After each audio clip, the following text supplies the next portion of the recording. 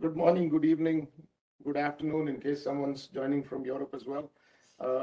On this very unique session that we have, it is my pleasure and privilege to be with the famous mountaineer here, Akash Negi, who was the guy who took our new logo and banner and launched it on the top of Mount Everest, the summit. So, I'm just amazed talking to the guy. What a humble man for a guy who's, really achieved so much at such a young age. And I wanted to, basically have a chat with him. And I thought it would be a great idea if everyone also heard about his journey to Mount Everest. So first of all, welcome, Akash. Thank you. Thank you. Thanks for finding the time to be with us.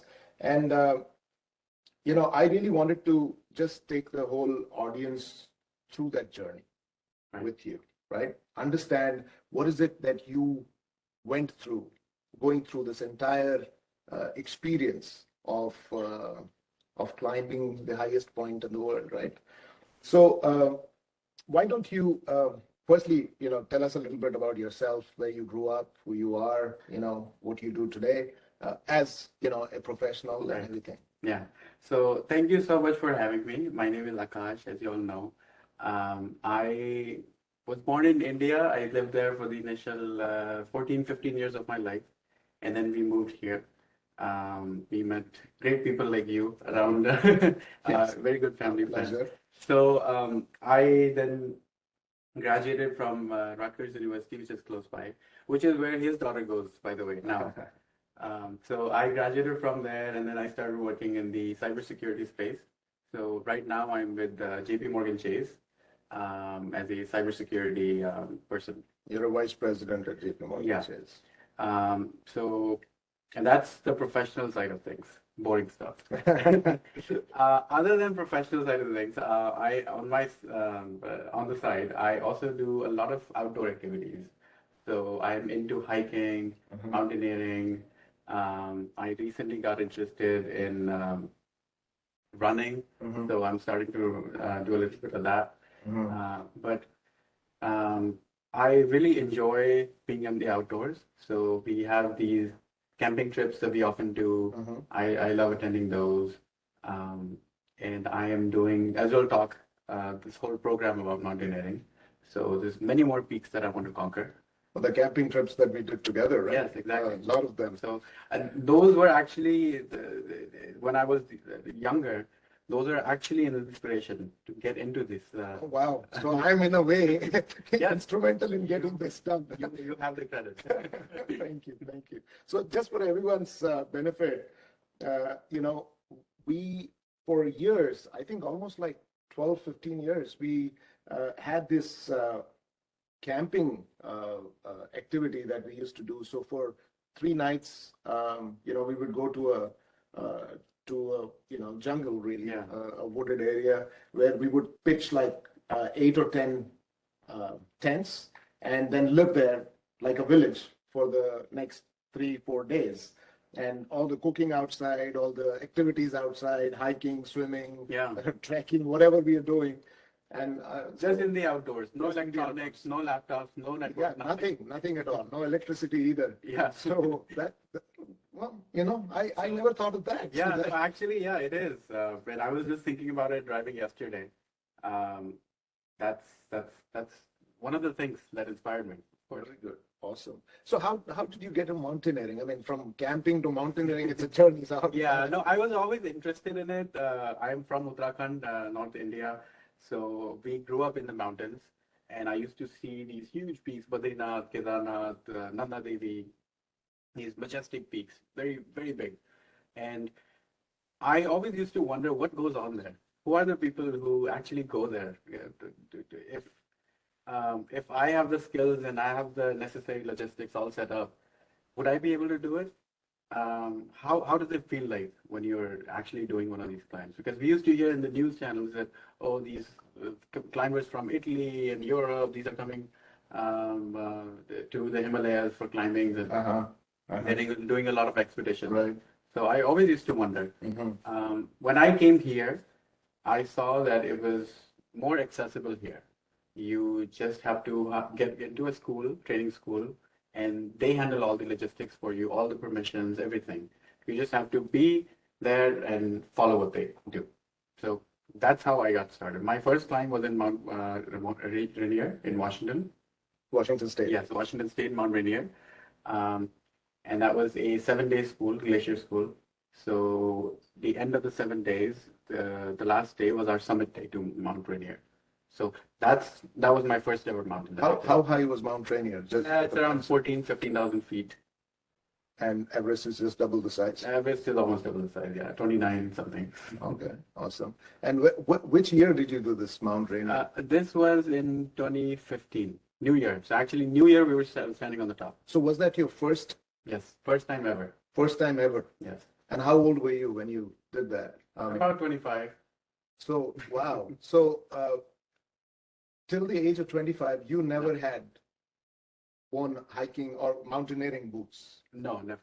Never. I still remember when I went to the rental shop to get my plastic mountaineering boots. The guy just gave me the shoes and he expected me to put them on, but I told him I have no idea how to do this. This was in 2015. Yes. And 6 years later, Yeah. you climbed the highest peak in the world. Yeah. And a few other peaks in the middle. Awesome. And yeah, so that brings me to that point. You know, we hear about the 7 Summits Challenge.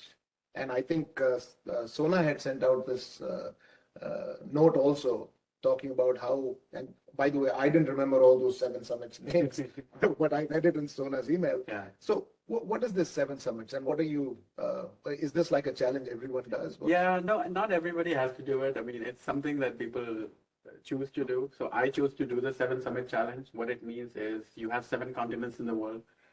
You're going to climb the highest peak on each continent.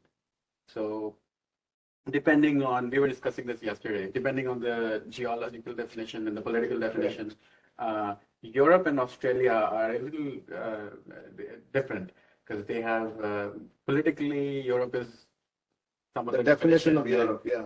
Geologically, it's different. So they have 2 highest peaks in Europe. So there are 2 different 7 summit lists. For example, so tell us, how is it 2 peaks? Yeah, so some people consider politically Russia is not in Europe. So I see. The highest peak in Europe then would be Mont Blanc. Mont Blanc. If they don't consider Russia in Europe, but geologically it's actually part of Europe. The continental plate or whatever it is, Russia is included in it. So then Mount Elbrus in Russia becomes the highest peak. So same thing with Australia.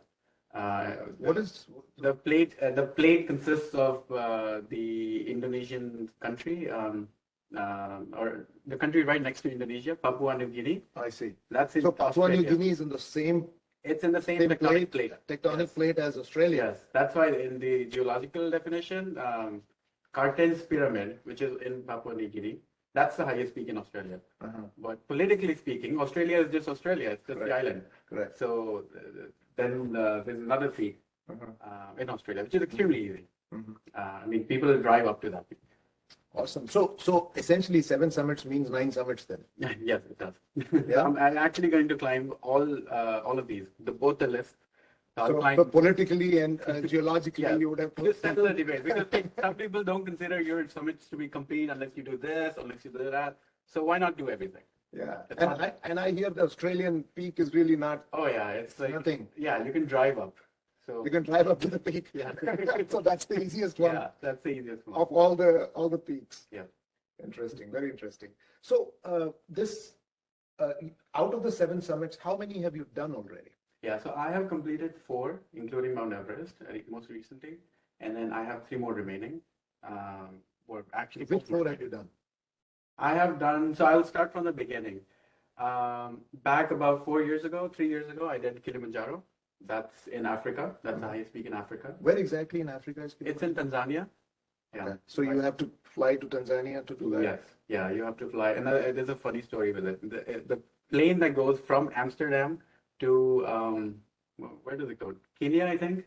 Nairobi? Yeah. Mm-hmm. It does not say anywhere on the ticket that you're flying to Tanzania, and It's so funny. We sat on the plane, not knowing where we were going. We were told this is your flight. We sat down, and it's a proper plane. It's like a Boeing or Airbus airliner, and they actually stop in the middle in Kilimanjaro, and it's like 5 or 10 passengers will get off, and then they'll fly to Nairobi, and that is like a rest stop in the flight. For the And they don't advertise that. It's not listed anywhere. So you just stop at Kilimanjaro. Yeah. 7 people get off and then they fly. It's like the bus system, you know. It'll ask you how many for Kilimanjaro. If nobody, then They go straight to. That's so funny. So it was a little different. Uh-huh. So Kilimanjaro was my first one. Then I did Mount Denali in Alaska, which is the highest in North America. Yeah. Then I did the So highest in Alaska, is it, are all these peaks like, frozen at the top? Is that yeah. all of All them? of them except I would say Carsten's Pyramid in Australia. All of them, even Kilimanjaro. Kilimanjaro, there is a glacier on the top. It's sitting in a very hot and humid environment near the equator, but the top is fully covered with ice and snow. I see. So a portion of it probably is just rock climbing and then you have to climb through the. Yeah, well, it depends what route you take, but the one we took is mostly just walking. Walking. It's a glorified hike. That's what I call it. I see. Any average human being can do it. The Kilimanjaro. Kilimanjaro of the world, and what else? Elbrus is also not that difficult in Europe. Russia. Yeah. So these are some of But the. Denali is tough. Denali is the toughest one I've encountered so far. Toughest as in so far means tougher than Everest? Tougher than Mount Everest, yes. Really? Which people don't expect to hear, but that's how I felt. And why is it tougher? Well, because on Everest you have a lot of support from Sherpas. They help you a lot, and the whole mentality. We have that mentality that your guest is your god, Atiti Devo Bhava, right? It's the same kind of mentality in Nepal also. So they treat you royally. They treat you like anything. Like their life depends on your success. That's how they treat you, and you feel very relaxed because you don't have to do anything. You just have to walk and follow them. That you won't get that You're not gonna.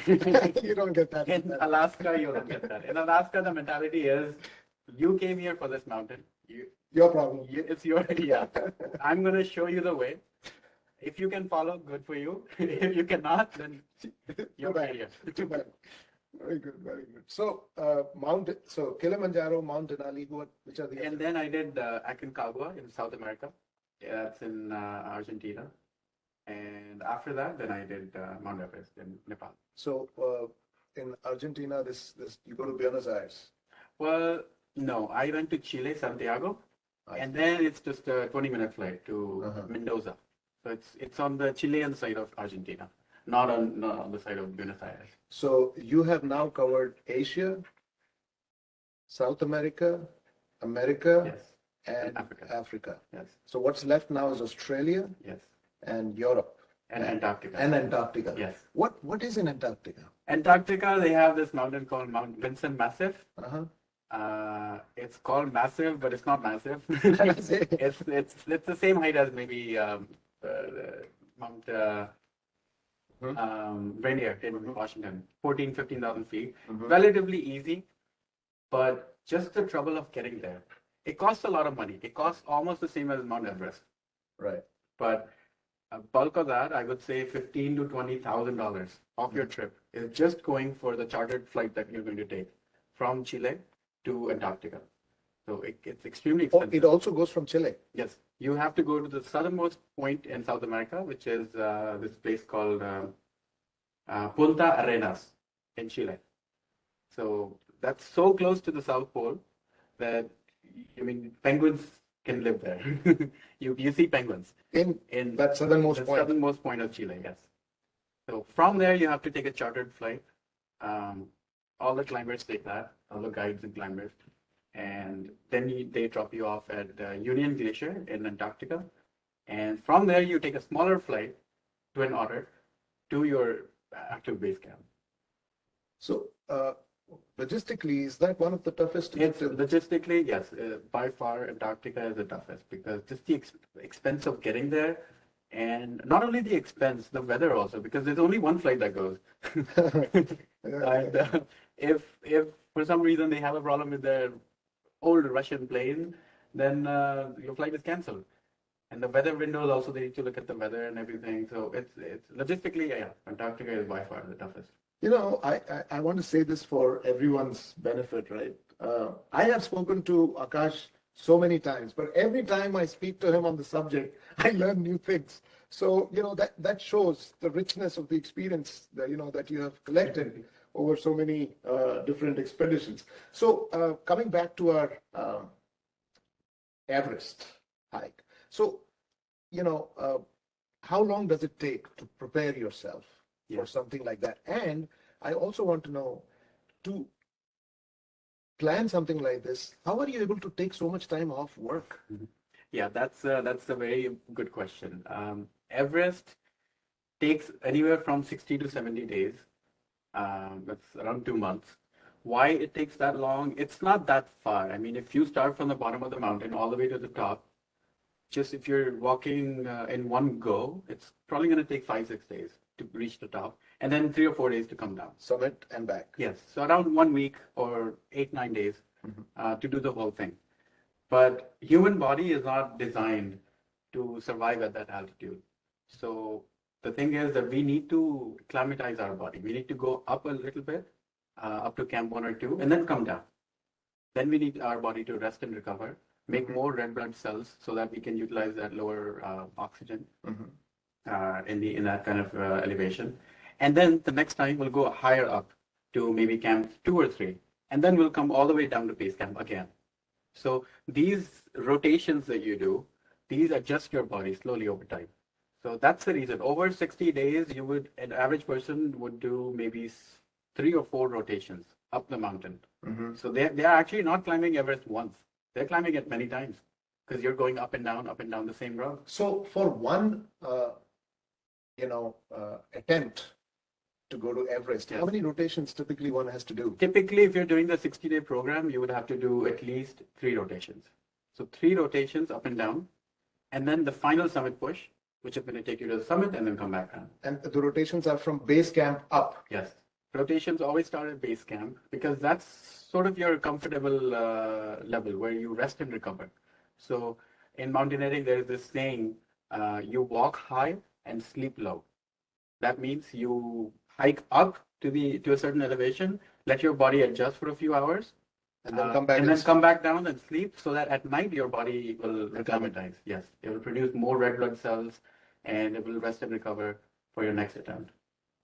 Very interesting. It takes 60 days, but of course, anybody who's in the corporate world, as all of you are, it's extremely difficult to find 60 days off. So how do you do it? So you don't do it. What I did is I paid a little extra, and I had this thing at home. This is called a Hypoxic Tent. So it actually simulated these rotations on my bed. How? Because you have this whole sealed tent, and you have a machine that goes inside the tent, and it alters the level of oxygen and simulates a high altitude. I have seen that equipment in your bedroom. Yes. So you slept in that thing. Yes. For about 2 months. For 2 months. Yes. 2 months before going, I bought the equipment, and I started from about 4,000 or 5,000 feet. So slowly over a period of 2 months, I went all the way up to 21,000 feet, which is almost the same as maybe Camp 2 on Everest. So I was sleeping at Camp 2 altitude at home, thanks to this machine that changes the environment. And you buy this machine? You rent this machine? Yeah, it's a pretty expensive machine. It costs like $6,000-7,000 to buy. So my speed climb that I did with my company, it was a 30-day climb, exactly half in time, or cut in half. The speed climb to a Mount Everest. Yes. It's called a speed climb. Yes, it's called a speed climb. Normally it's 60-65 days, like I said. And you did it in I did it in 30 days.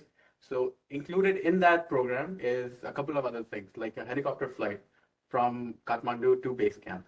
Normally that's something that people walk. I know I was speaking to somebody in your company, and that person did the whole Everest base camp expedition. Yes. Yeah. A lot of people do that. That's a trip in itself. Of course. But I did not have the 2 or 3 week extra to do that. So I took the helicopter flight. So it takes 2-3 weeks to get to base camp. Yeah, why? Because you're going slowly. You're going from one village to the other, and then you're resting and recovering, and then you're moving on to the next one. I mean, theoretically, if you were to walk, I mean, you can probably do it in 3 days, but your body is not going to recover well. So it's a hike from Kathmandu to base camp itself. Yeah, from a place called Lukla, which is the most dangerous airport in the world. The runway is like this. It's in an incline. Uh-huh. So from that airport, As in landing downwards or landing upwards, landing and upwards, taking taking off off downwards? downwards so that you have more speed. Lukla. Lukla, yes. Very nice. What's the elevation difference between base camp and Lukla?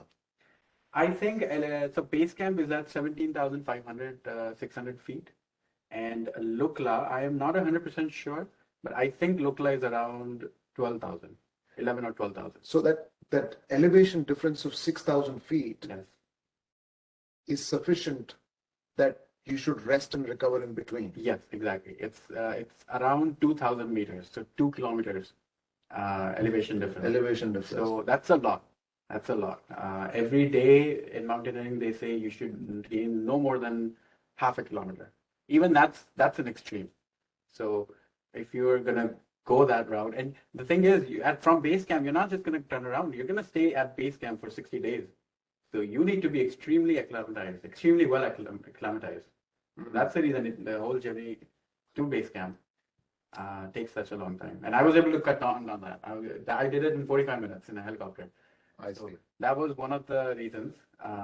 You mentioned this company that you say that my company. What is this Yeah, company? so Everest is done by a lot of companies, Uh-huh. guiding companies. The company I climbed with is called CTSS, Climbing the Seven Summits. There's so many other companies. There's Summit Climb, Alpine Ascents, Adventure Consultant. So you sign up with these Yeah. companies. Basically, you look at their service, what kind of services they provide, how safe they are, and what the group size is going to be. Ours was a huge group, 47 climbers In that one in, attempt. in the entire season. In the entire season. Yes. Okay. So all 47, some had private guides. I was in a team of 2. So it was me and my partner from Croatia and our guide. So we were 2 climbers and 1 guide. So it depends what kind of package you choose.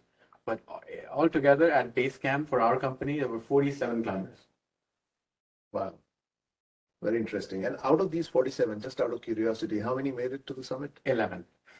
So it was not a particularly successful year for our company. This was one of the lowest rates ever. Due to a lot of reasons, COVID and COVID also hit. and- That was a very interesting thing because we were hearing, Yeah. and I was there talking to your dad, and that now COVID is suddenly in the base camp and people are. Yeah. But initially we heard there was nothing at the base camp, but then we heard that it has spread like fire. It actually was always at base camp because Western climbers like me, we were all vaccinated. Mhm. So we were secure. But local Sherpas and local Nepali people who are the backbone of all these expeditions, they were not vaccinated at that time because Nepal didn't have any vaccinations. So due to that, it spread locally in those support people. Mhm. Because of that, if the support people are not there, then climbers cannot do anything. You know, I'm just thinking about this. You never faced resistance from your family, your parents, that, why are you doing something so crazy as mountaineering and, going on all these peaks, which is inherently a dangerous thing to do, right? Yeah. You were telling me about the dead bodies on the top of Mount Everest yesterday. Yeah. So what is it? How did you convince them? Well, you convince them by, I think one idea that I have is they should know everything about the mountain. They should not be any mysteries. So I sat with them. I showed them exactly the route we're going to follow. What are the objective hazards along the route? And what are some of the pain points? And things like those, make them comfortable by giving them a lot of information. And that applies in real life also. Right. If you want to make somebody comfortable with anything, give them a lot of information and make sure they understand that this is the problem and this is how you're going to tackle it. So I think they were comfortable in knowing that I was in good hands with my guides, the guiding company, the Sherpas, and I carried a little GPS device. So I could do 2-way text messaging. So they would send me a text message and I could send them a message back and they could track me with that device, where exactly on the mountain it was. So that made it a little easier, I think. You know, we can continue talking, but I think what people should see is the slides that you've put together where you have all these pictures. And if you could take them through, firstly, I think there's a map of, how the Right, base yeah. camp and the route. I think if you put that on, Sure. it'd be a good idea for people to kind of get a sense. Sure thing. Yeah. And while you do that, can you give me that the pickaxe? So just for everyone's benefit, this is what you walk with. And by the way, I always thought that you used it to, hit the ice, but that's not what you use it for. You use it for walking. And if you slide down, right? If you're sliding down, you're supposed to put this in the ice, put your head up and slide down so that it arrests your fall or slide down the slope. Okay? So that's what it is meant for. And there are other stuff here that, he has brought as props for you to see. But, we'll get to that. We can definitely go over a lot of stuff. I have a lot of stuff here. Yeah.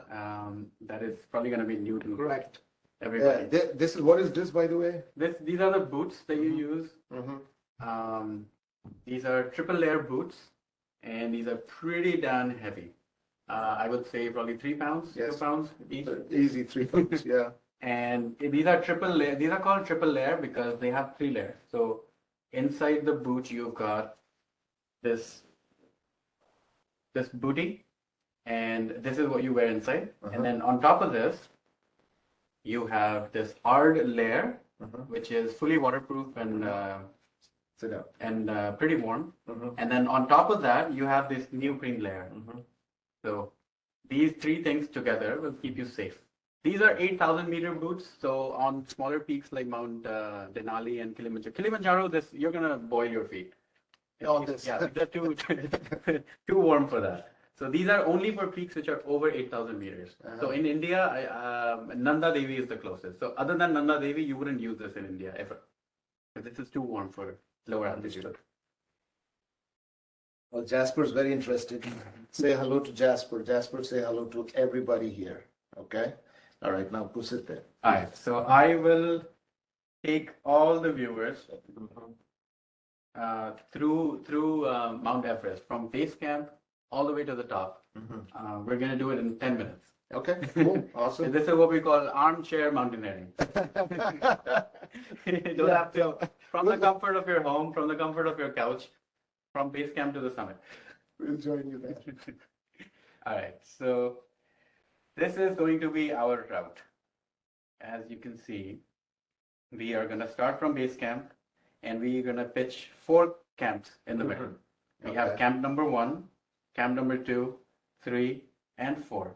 And then from camp number 4, we're going to push for the summit and come down. We're going to start at night and then come down by afternoon next day. So this is 11,000 feet difference in height between the top and the base camp. Yes. 11,000 feet, that's roughly 5 kilometers. Yes. And that's called the prominence of the mountain. Some mountains, if Everest were to start from sea level, if this was, base camp was at 0 feet, the prominence would be 29,000 feet. So if you count by prominence, actually Everest is not the highest one. Kilimanjaro is the highest one. When you say prominence, as in? Prominence means the difference in altitude between the top and base camp. I see, that way. That is the prominence of the mountain, how big it looks in front of you. I see. Yeah. So Kilimanjaro is the biggest. Yes. From a prominence standpoint. Because it goes from almost sea level to like 20,000 feet. Very interesting. There's so many definitions of these things. But anyway, this is our objective, Mount Everest. This is the 4th highest peak here, Lhotse. And some people in our team were signed up for Lhotse. This is another peak called Nuptse, and this is considered very, very difficult technically. Okay. And because a lot of avalanches happen here. But anyway, we're gonna follow this route. Sona, is everybody able to see the mouse pointer that Akash is moving? Yes, they are. They can see, but we couldn't see the boots clearly, so we have to see that again. Oh dear. This one? After the yeah, after the presentation, because right now the slide is big. The Oh, presentation, okay. yeah. I will do that. Thank you. All right. I've got a laser pointer now. Hopefully this is a little clear. Yeah. So what I was telling you this yesterday also. What I follow in all my mountaineering activities is this model called DVD model. I can take only half the credit for this because I stole this from a politician in India. He calls it Drishti, Disha, and Sankalp. Determination, vision, and direction. So you made it into a DVD. I made it into a DVD model, so I can remember that easily. And I think these are the three most important things you want to have in your life. If you have these, you can tackle any objective. Because you need to have a vision. You need to have a way to get to the vision. That's your direction. And once you have the vision, once you have the direction, you need determination to be on that path to your objective. That's intense. Right? Once you have these three things, I think it becomes easy. That's beautiful. So anyway, we can spend a whole lot of time discussing just that. I'll discuss training and funding. Like I said, training is a big part of Mount Everest. You need to be in good shape, not only for your own success, but to put other people not out of harm's way as well. Because if you're unsuccessful, you're not feeling well, they're going to try to help you. Your Sherpas will be trying to help you, and they will put themselves in danger helping you. So I think for the benefit of the entire team, it's better to be in the best shape of your life before you attempt Mount Everest. Right. Right. Funding wise, I was lucky to have a company like JK Tech support me. Thank you for it doing costs a lot of money to climb Mount Everest. Estimates go from anywhere from $40,000 to $50,000 to all the way to $150,000, which is a lot of money. I was able to save a big chunk of that through my job here. But certainly support from JK Tech helped tremendously in that whole expedition. But okay. On that point, I also wanted to highlight it may cost you $50,000 to $150,000 to get up there, but if for some reason, God forbid, something goes wrong and you don't make it back, it costs $500,000 to bring the body back. So be aware of it. Yeah. The repatriation recovery of your body is very expensive because they need to send a lot of Sherpas to get your body, and you're immobile. You're like just lying down. Right. So that's the reason there are still 200 bodies up there. Over 200 bodies that are visible clearly on Mount Everest. I mean, there are probably thousands, but 200 that you can actually see. They have names for these bodies, and these are used as landmarks. So. Okay, let's move on. I don't know that part. Our objective is just to get to the top and come down safely, right? So that's the execution part of our presentation here. So we're going to start with that. And this you can see is base camp. And you can see yellow dots around here. These are all the tents you have.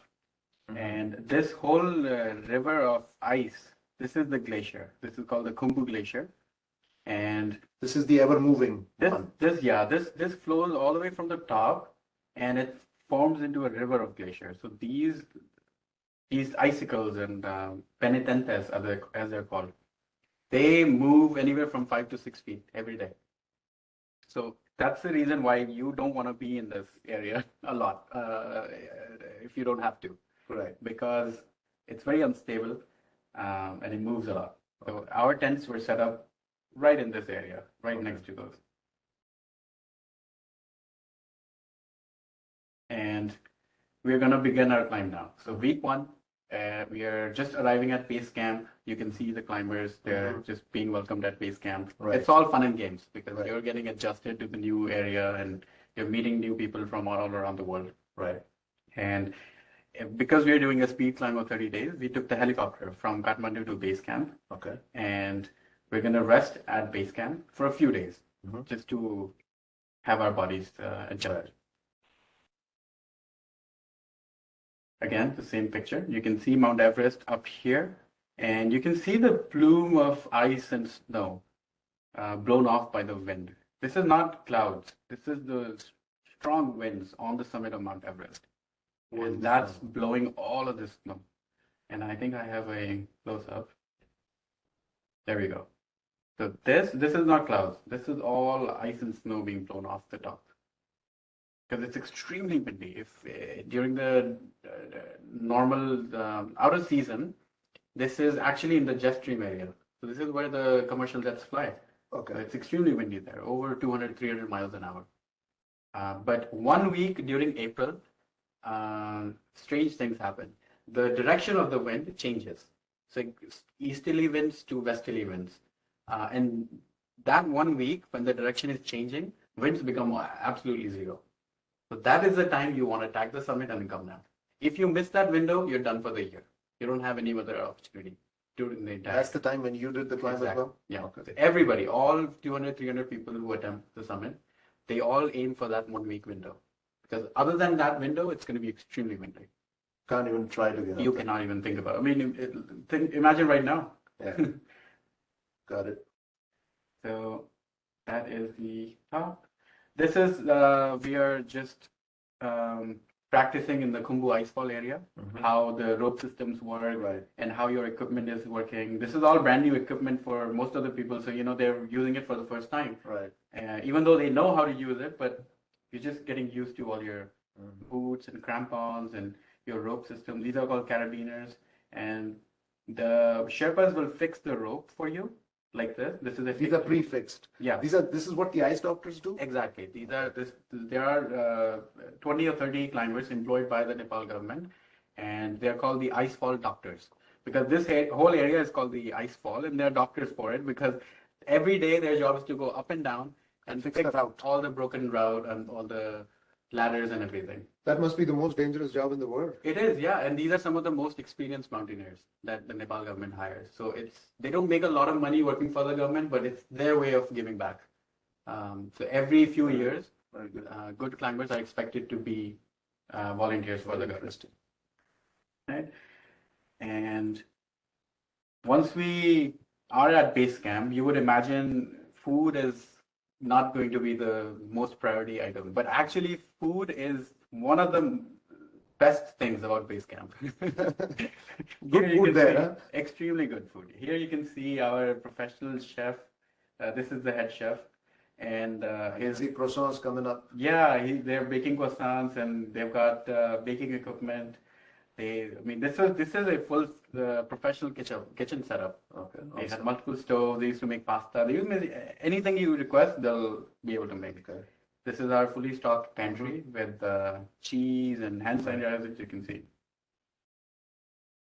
And this is our complete team. This is right after the puja ceremony. They do a puja when you arrive at base camp. And these are all 47 of our climbers, plus a few of the guides. This is the 7th summit. This is our, yes, CTSS team, climbing the 7 summits. Okay. Very good. And week 2 has now started. So we are feeling anxious now. It's not fun and games anymore, because now the thing is real.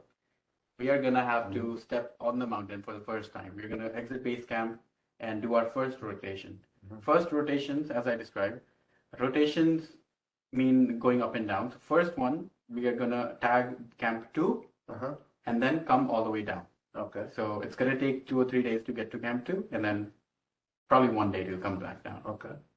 So this will give us the first chance to go through this infamous Kombu Ice Wall, where a lot of accidents happen. Okay. And this picture, you can see, this is actually a picture from night time, I think. Yeah. And you can see all the headlamps of people who are going up. So those are not street lights. Those No, are these are lamps of people walking up. Exactly. And what this picture on the right is a detailed picture of what the ice fall looks like. You can see how small a human looks like in front of these huge blocks of ice and snow. And those cracks, those are like... Yeah, these cracks are called crevasses, and people often fall, because imagine if you're walking right here and this whole thing is unstable. It will just collapse and you'll fall down with it.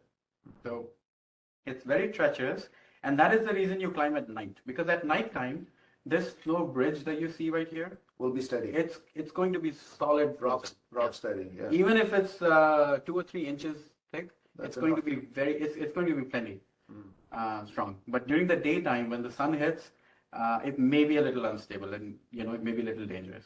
So the climbing that goes on in this area at the Kombu Ice Wall only happens at night. So we start at around midnight, and by 7 or 8 in the morning, we are at the top of the ice wall. So we have crossed the whole thing. Here you have a crevasse crossing and a ladder. So all these ladders, like I said, are set up by the ice wall doctors, and they maintain all of that. Here you can see a big team of people going up. And just to give you the idea of the scale, look at this, the racks here with the huge cracks. This could collapse any time. So now we have reached Camp 2. We have walked for a couple of days. We stopped at Camp 1 overnight, and then this is Camp 2. This is a well-protected area, pretty flat, not a lot of cracks and a lot of big moving blocks of ice. So that's a steady, safe place to be. Yeah, this is a relatively safe place. You are away from all the avalanche danger and everything like that. So you're going to rest here for one day, and the next morning, we're going to go all the way back to base camp. So now we are at base camp again. Okay. We have completed our first rotation. We got the taste of what the mountain looks like. We've gone halfway up the mountain, up to Camp 2, and then we came down. Now, since we're doing the summit push in 30 days, speed climb, this is our week to actually start the summit push. But there are problems. And let's see if my animation works. Yeah, it does. We have Cyclone Yas. That delayed our summit push by 1 week. For 7-8 days, we were doing nothing, which is sitting and waiting. For this Yas to disappear. For this thing to disappear, yes. You can see this happened in India, but Mount Everest is somewhere around here, right, in the north side. And we were bombarded with snow all day and night. I mean, all the rescue helicopters, there were a couple of people who were sick who have to be rescued, but they couldn't be rescued because the flights wouldn't come in. The helicopters could not come in. So that, and then, the COVID thing and everything, it just delayed us a lot. Okay. So we were just sitting there thinking if we'll ever get to the top, if we'll ever set foot on the mountain. Because the thing is, if you don't succeed for any reason, your money is gone. You have to, next year, if you attempt again, you have to pay the whole thing again. So here we are, sitting at base camp. This is my guide, Big Tendi. And when you wait, you look like this. Everybody is just sitting there. And we have ping pong, and sometimes we used to play ping pong, but in the back of our heads, it's only the summit. We're not there for ping pong. Correct. Everybody's thinking about the summit. Great. So that's what our lounging area looks like. But fortunately, this 1 week of bad weather has passed, and now this is our 4th week. And this week is going to be scary because although you have seen half of the mountain, you still know that most people who die or who are unsuccessful, that happens pretty much at the top of the mountain. From Camp 4 to the summit. Camp 4 to the summit. So the dangerous part is still, you haven't seen that yet. Correct. So you're very scared and you question yourself continuously. I used to do that all the time, whether or not I'm ready. Whether I should have opted for the 60-day program or I should have done a little more training. So that happens. That happens with even the most experienced people. So our summit bid is on. Somehow it was determined that we were the strongest team, myself, my partner from Croatia, and our guide, Big Tendi. So it was decided that we will lead everybody and all the other people will follow us 1 day behind. So if we leave from base camp today, all the other people will leave the next day. Yeah. Yes. So we do that. We are going to start from base camp again. Same thing at night. We're going to go to Camp 1, stay there overnight. Next day, Camp 2, and. Akash, we may be running out of time, and I realize that I still have a lot of questions, and you still have a lot of pictures. Yeah. So, but I want to leave some time for the questions. Sure. Yeah, I'll zoom through this then. This is the same familiar spot, Camp 2, and here in the distance you can see Camp 3 is on this slope of 45, 60 degrees, and it looks like this. So this is a picture from So Camp when you 2. say 60 degrees, that's like the slope. That's the slope of the mountain, yes. So this is Oh. called the Lhotse face because this mountain is called Lhotse. And Camp 3 is somewhere in the middle here. Okay. It's very, very steep. Okay. And this is where you get the first taste of traffic also. You can see this whole traffic line of about 100, 150 people moving on this slope. So it's very dangerous because you cannot pass anybody. And people sometimes move slowly. Here you can see another picture. So it shows you the scale of the expeditions. How many people are there? Hundreds and hundreds of people attempting. And not everybody is going to the top. Some will have to return due to various number of reasons. But we have now reached camp number 4. Despite all the traffic, we are here. This is camp 4, and this is a relatively flat area. And interesting enough, I was telling you yesterday, this imaginary line here divides us between Nepal and China. So we are our camp Tibet and Nepal, yes. So we are here. This part is the Nepali side, and then this part is actually Tibet, which is controlled by China. Correct. So, but there's no immigration checks there. Nobody cares. They're not going to ask you for Yeah. the passport there. You can set up your tent here, wherever you want. Okay. So this is a picture from Camp 4. This is a beautiful picture. One of the best pictures, I think, because here you can see really how you start at nighttime, and you can see the headlamps along the entire route, all the way to the top. And at least the balcony. This area where my pointer is, this is called the balcony. And here in the same picture, this is the balcony area. And from here, you are almost 4 or 5 hours away from the summit, I would say. So from the balcony, if you look to your right, you can see the sunrise. You can see this part of the mountain lit up with sunlight, and this part is completely dark because the sun is rising from the east, and it's a beautiful view from here. And this picture was taken by my friend who was climbing Lhotse. So he's actually climbed the 4th highest peak. He's on the top, and he took a picture of us climbing. So at this time, I estimate that I was around here somewhere. I was finishing the balcony section.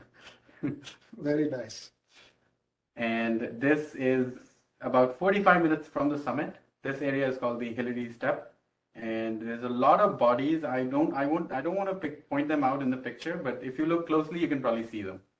And you were mentioning there are some bodies which are right on the trail. I mean, you have to jump over them. Yeah, 2019, some person died. Right. An American. Yeah, from Colorado. He was a lawyer. He died right on the base of Hillary Step. So around here, and everybody now has to cross his body to get to the top. It's very unfortunate, but I chose not to take pictures and videos of that intentionally because it's very disrespectful, I believe. Yes. So I won't point them out to you, but in this picture, there probably are, if you look closely. So this is the traffic jam right at the top. And 45 minutes on after 30 days, and you are at the top. Awesome. And JK Tech is at the top there. JK Tech logo. Along with the Indian flag. Love it. Yeah. Love it. And this is a picture from the very top. This is my guide, and he's helping me hold the flag because it was extremely windy. And one funny thing I was mentioning to you yesterday is, since I took my mask off, I was not using any supplemental oxygen. And the oxygen at this altitude is 1/3 what we have here at sea level. So I was confused what way the flag is oriented, the Indian flag. If the green side is up or if the green side is down. I couldn't think because I was low on oxygen. I couldn't think properly. But the one thing I knew is I have JK flag also. I need to take it. Good. So, I'm glad you remembered that one. So my guide helped me a lot there. Awesome. Listen, we are almost out of time, and I still had a lot of questions, but maybe we need to convert this Sona into a series because there's clearly a lot more that we could have covered. But I think it's good if we open it to questions at that point in time. And if anyone has any questions for Akash, please feel free. Thanks, Deep and Akash, for this very informative session. So, guys, if you have any query, just raise your hand on the Webex screen, and I will unmute you to get your question directly to the panelist. Yeah, and while we're waiting for questions, I heard Sona say that they couldn't see the boots quite clearly. So here, these are the mountaineering boots that I use on Everest. This is the booty that goes inside the boot. Yeah, so this goes inside the boot. This is the first layer of your boot. And then you have got this second layer, which looks like this. It's all waterproof and very, very warm and very thick and extremely heavy also. And then on top of this second layer, then you've got the third layer. This is called a gaiter. And you close this whole thing with a zipper because you don't want ice to get inside your foot and make it cold. So you're going to close the whole thing down like so. Also show that that suit that you wear on top of the mount, for the climb. Yeah. It seems that you only wear a single layer under this, and this suit by itself is sufficient. Yeah. So this thing, this is called a summit suit. I also call it a space suit because when you're wearing this, you're extremely warm. And this is a one-piece suit. You've got a lot of zippers for storage and stuff like that. And it's made of down. This is 850 fill down. If anybody's familiar, that's the best quality of down you can get. So it's highly compressible. You can compress it into the size of a football. And this is what keeps you alive on Mount Everest. It's, as you can see here, one piece. And in the back is where you have opening to your business. You have zippers on the side, and it's very uncomfortable to use, but it is what it is. I mean, without this, there's no way you're going to attempt Mount Everest. Any questions? Yeah, so I'm unmuting Mohit Kumar to go first. Mohit, you can Uh, go. Thank you, guys. Thank you for this wonderful journey. I think I can imagine everything you have explained. It's like I'm with you when you are reaching from the bottom to the top, and Yeah. that was wonderful experience that you have shared with us. It was very, I think, inspiring. I basically am also from the same place, that is Uttarakhand, and now I also have the dream to reach, I think, some of the top or the hilly areas, so that I can also explore which things you have explained to me. That is superior. I have a question, like, what is the toughest point in throughout your journey when you feel like that? How can we, to forward from Yeah. this point to the next point? Yeah, well, that happens quite a lot. First of all, hello, Mohit. I felt a lot of that in the trip actually because I was doing the speed climb, so I wasn't sure if I made the right decision because 30 days is not a lot when you think about all the logistics and all of the rotations you have to do, everything. So, but I'll point out two places where I felt like that. Physically, I felt like that when we were doing the summit. When we started from Camp 4, it was the middle of the night. We started at around 9:30 at night. You start at night because you want to give yourself enough time to tag the summit and then come down in case of emergency. If something happens and it's daytime at the top, people can come and rescue you. So that's the reason you start at night because nighttime you have the most energy, and night you can easily cross and be at the summit in the morning time. So I felt very scared at that time. My fingers were extremely frozen from the tips, and for about 1.5 months when I came down, I couldn't use my laptop because I had no feeling in my tips of the fingers. They were completely frozen. So that the cold and the wind that we faced that night was just out of the world. I've never seen anything like that. And my guide, who has been to the top so many times, he said that he was cold for the first time ever that night. So that night was scary. And then compound that with the problem of traffic. You saw in the pictures how many people were lining up to go to the summit. If you have so many people and you're walking 2 steps and then you're resting for 30 seconds, when you're resting, your body's getting a bit cold. Yeah. So True. that was the most scariest part, I think. Good. Any other Got questions? it. Got it. Thanks, Mohit. Yeah, Yeah, you I can. have a next one. And what was your feeling when you are at the top of the Everest? Well, when I was at the top of Everest, I was feeling confused. I can, yeah. Yeah, like I said, I took my oxygen mask off for the pictures and videos, and I didn't really know what was happening. And Yeah, like, I can I understand. have done enough of these peaks now that it's like a routine for me. When you get to the top, you take a few pictures. You don't really, I never stand at the top and look at the view. Almost never, because it's just like a routine for me. You go to the top, drop your backpack, drink some water, take a couple of pictures, and congratulate everybody in your team. Then sit down and take all your flags one by one and take pictures. So the one thing that I don't have is a lot of memories from the top because I was without oxygen and I was trying to finish the whole thing very fast within 5-10 minutes so that we can start our descent. Because most people die or most accidents happen when you're descending. You know, including the green boots. He Including- died while descending, yeah, correct? including all the accidents. Great. Any other questions? Yeah, the next Got it. is Sankaralingam. Thank you, guys. Thank you. Sankaralingam, you can go ahead. Hello. Hi, Akash. Lincoln, hi, how are you? Yeah. It's my pleasure to meet you. I'm really excited to talk with you.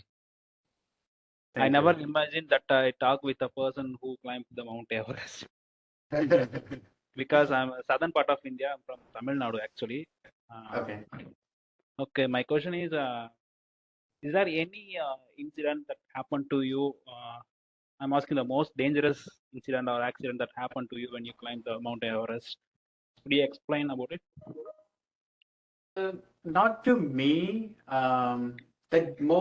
The closest I came was frostbite. Like I said, during the summit night, it was extremely cold. And if you get frostbite, like third-degree frostbite, the only solution then is to cut your fingers off. And a few of my friends have had to do that, unfortunately. So I came very close to that, but it didn't quite happen. So I still have all my fingers and toes. I'm lucky. But I saw a friend of mine. He's from South America, and he had his cell phone here in his top pocket, and he was descending down a rope, and somehow I don't know what happened exactly. He was right in front of me, and he was descending properly, but he just pushed. He fell on his cell phone, I think, and he broke his ribs here. Oh, wow. Yeah, his cell phone was in his breast pocket right here, and then he put a lot of pressure on that through the rope or something, and he broke 2 or 3 of his ribs here on the left side, and it was so dangerous because you're in the middle of the mountain, you're at camp 3 or 2, and Breathing is important. breathing is important first of all, and then he was a little older also. He was, I think, in his 60s. Yeah. And breaking your ribs at that altitude when there's no rescue available, that scared me a lot. So we had ibuprofen and we gave a lot of those. Like we had like 7 or 8 pills to him as painkillers because he couldn't even stand up. He was not able to speak anything. So we radioed base camp immediately. Fortunately, the weather was pretty good. So we radioed base camp and base camp said we'll send a helicopter. But now the problem is on the ice fall. I showed you the picture of the ice fall. Ice fall is constantly moving. There's no place for a helicopter to land. Right. So we couldn't do any rescue for him. So we had to give him a lot of painkillers, give him a lot of encouragement. And he basically walked all the way from there to base camp himself. He is a super strong man. He walked all the way to base camp. And then at base camp, that's when Cyclone Yas happened. I see. And he was stuck at base camp with broken ribs for like a week or something. Wow. And then he was fine. And then once the weather cleared up, he got in a helicopter and then went to Kathmandu. So that was really scary for me. I never thought that a cell phone could cause you so much damage. Correct. Any other questions? Which one is easy, climbing up or coming down? Because when It you're was coming really down, hard. you're walking towards the incline area. So Yeah, it was actually when we were finishing our first rotation and coming down. That's when this accident happened. So he did his first rotation up to Camp 2 with us, and then we all were coming down to base camp. So that's when this happened. So it is true that most accidents actually happen coming down. Yes, because people are drained out of energy, first of all. Second is that they think, oh, getting to the top and taking a picture with the flag, that That's was it. our goal. And now we're done. Oh, it's going to be So they relaxing. relax now. No, so people became complacent. That's an issue. Thank you for the answers. Thank you. No problem. So guys, the next is Ruchi. So Ruchi, you can go ahead.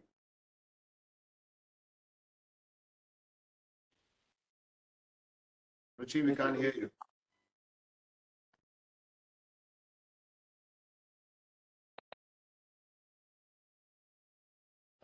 Anyone else? There we go. I think Ruchi is there now. Ruchi's there?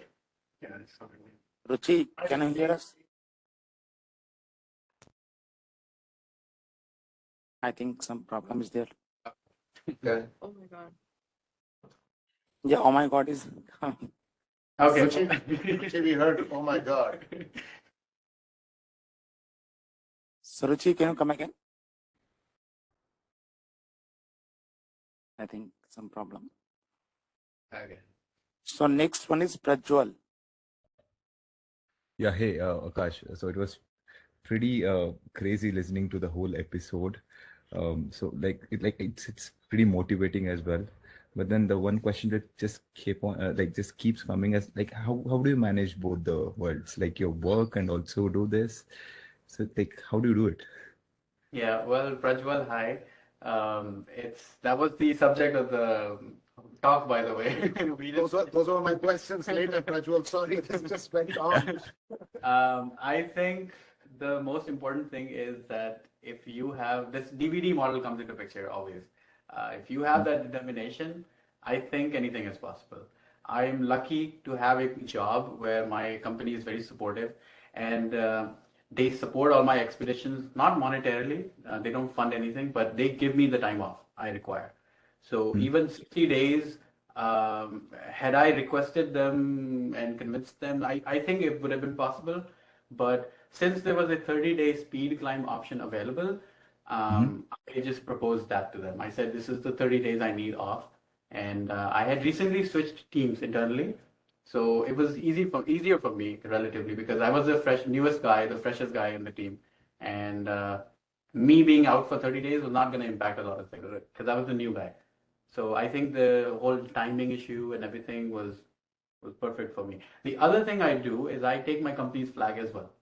So you have to make them happy also. I take in our company, we have this Office of Disability Inclusion. So ODI works to spread awareness around disability inclusion, autism, and all the things related to that. So I take their flag and I take a picture with that also. So they use that picture for marketing. They post it on their social media. They post it internally. They do video chats like these. Right. And it's hugely popular within the company. Like everybody knows the Everest guy, the Denali guy. So You're a celebrity within JP Chase. yeah, mini celebrity. Like people come up to me all the time and during lunch break and they'll see, oh, you're the guy on TV. So they do a wonderful job of promoting all of these things and people get inspired. People come up to me and they're like the previous person from Tamil Nadu who's mentioned or Uttarakhand who mentioned that he's also interested in these things. Correct. These kind of people come up to me all the time and I feel very happy talking to them. Well, there's one more thing, Prajwal, and that's, me who's not that one climbed the Mount Everest. I can tell you there are 24 hours in a day, and they say time is what you make of it. Okay, so if there are passions, if there is something that you're passionate about, you will find the time. That's a guarantee. But the question is, are you passionate enough? Well said. But by the way, yeah, Akash, I'm glad that you kind of cracked that win-win theorem there. But yeah, like great listening to you, by the way. Thank you so much, Prajwal. Yeah, that's it from my side. Thanks. So next is Sona Suzanne. Sona, you can go ahead. Hi, I have a question. Hi, Sana. I thought Bangalore Silk Road traffic was really bad from what I've seen so far. Looks like the summit traffic is as bad. So what was the last few hours anxiety like when you had to wait in line to finish that whole expedition?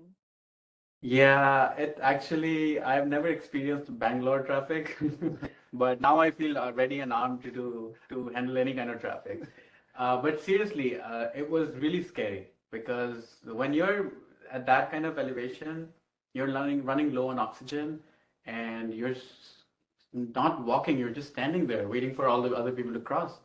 It's very scary because it was extremely cold at that time also, and you never know if the traffic jam goes on for 2-3 hours, you could run out of oxygen, and nobody gives a damn about your oxygen. They only care about their expeditions. Correct. So you don't have any spare, like you carry some spare bottles, but it's enough for you to get up and down, not to stay in traffic, stand there for a couple of hours. At Hillary Step, I was stuck in traffic for about 45 minutes because it's a one-way crossing. So it's a very tricky area where And that's where you're standing and looking at green boots. exactly, not green boots, but yeah, that was the area where the body from 2019 was lying, and I was the first one. Like imagine at a red light, you're the first car, so I was the first one in the traffic jam, and for 45 minutes I did nothing but I looked at the man, and his face was covered. Respectfully, they covered it with the hat and other clothing items so that you don't see the human, but you know it's there. And it just looked like somebody was just resting there, with the goggles on and gloves and everything. And then I imagined this was a human being. This was a breathing human being a few years ago. Yeah, let's use So, this. I went into that mode for 45 minutes. Give that one a break. All right. Thank you Any so other much questions? for sharing that. Do we have any more questions, Pradeep? Yeah, one is left. The next is Monal Chaudhary. Hi, Mono. Monal, you can. Hi. Yeah, so I only have one question, and that's like all this mountaineering. It sounds exciting, but it also requires a lot of stamina. So, what do you do to keep yourself in shape, and like do you follow some certain diet or a workout routine? Like, what is it that? Well, Yeah. I am famous in our community for eating anything. Yesterday I was here. I had gulab jamun and then I had ice cream also. So I have no restrictions when it comes to diet, none whatsoever. The only thing I do is stay active. That's it. I don't go to the gym. For Mount Everest, I did go to the gym for 2 months to work on my legs, upper legs and lower legs. And there were a few things I did, like climbing stairs up and down with heavy backpack to build some leg strength.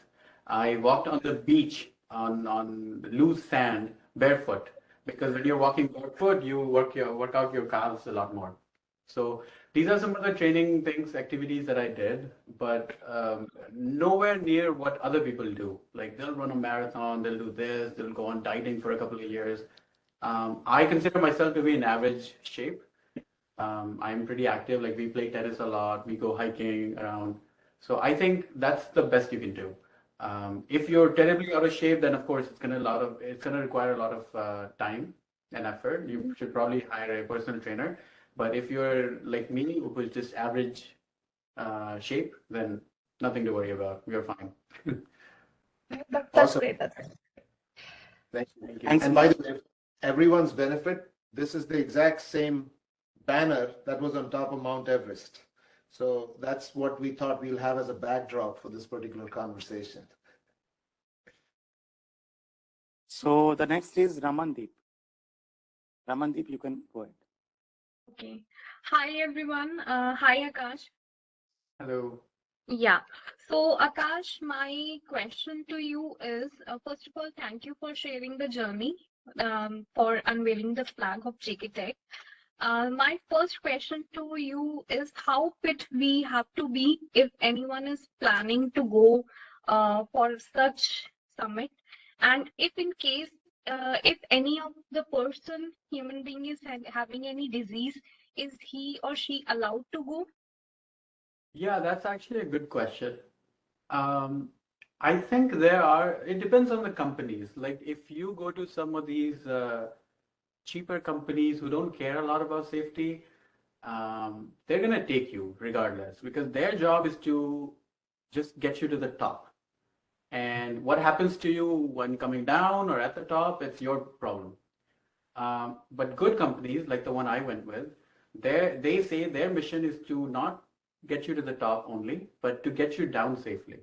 And I think that's very important because your goal should not be at the top, because if you go to the top and you run out of oxygen, you're out of breath, you're tired, then there's no way out of that whole problem. So how fit you have to be, like I said, I am pretty average, not the fittest, but I think if I would say it's like 70-80% just mental. If you know you're gonna have to do it, you have to do it. And physically, when it's just pretty average, I think that's enough. Well, if you have underlying conditions, you should always consult, your physician first as to whether you should do this or not, right? Once you have that clear with your physician, then you should plan for whatever else you want to do. Yeah, like I think some conditions like heart condition and I have seen people climbing Mount Everest without any legs. They don't have any legs. They're walking on prosthetics and they still make it to the summit. First blind person made it to the top the same year than when I went. So anything is possible, but it just depends on you personally. Like if you feel that you can do it, and you train specifically for that around the problem that you have, I think it's definitely possible. But of course, like consult your physician, get the sign off and everything. And this model DVD, I'm really beginning to like it. What is it called in Hindi? It's some politician from Uttar Pradesh who I heard many years ago when I was a kid. He said Drishti, Disha, and Sankalp. So Drishti, Disha, and Sankalp. Determination, vision, direction. That's what I understood it to. Yeah. So how passionate and determined you are overcomes everything else in my eyes. Yeah. So it's definitely doable. Wow, we are way beyond time, and I'm sure everyone's got stuff to do. But are there any more questions? No, Deep and Akash. So we are all done. Awesome. Thank you very much. It was a genuine pleasure sitting here and talking to Akash. There are a lot of questions that, I still had that I wanted to talk about, and if we want to, and I know you have a lot more to share. Oh, yeah. 30 days of, many, many years of doing this. A lot more to share. So if we ever have to do this again, Sona and Pradeep, I'm telling you that there is enough content here that we can, do this for another couple of hours at least. Absolutely. Yeah, and one other thing I'll say is the support that I've received from JK Tech has been tremendous. I wasn't expecting any corporate sponsors for my trip. It was supposed to be a self-funded, just me going down the mountains and just doing my thing.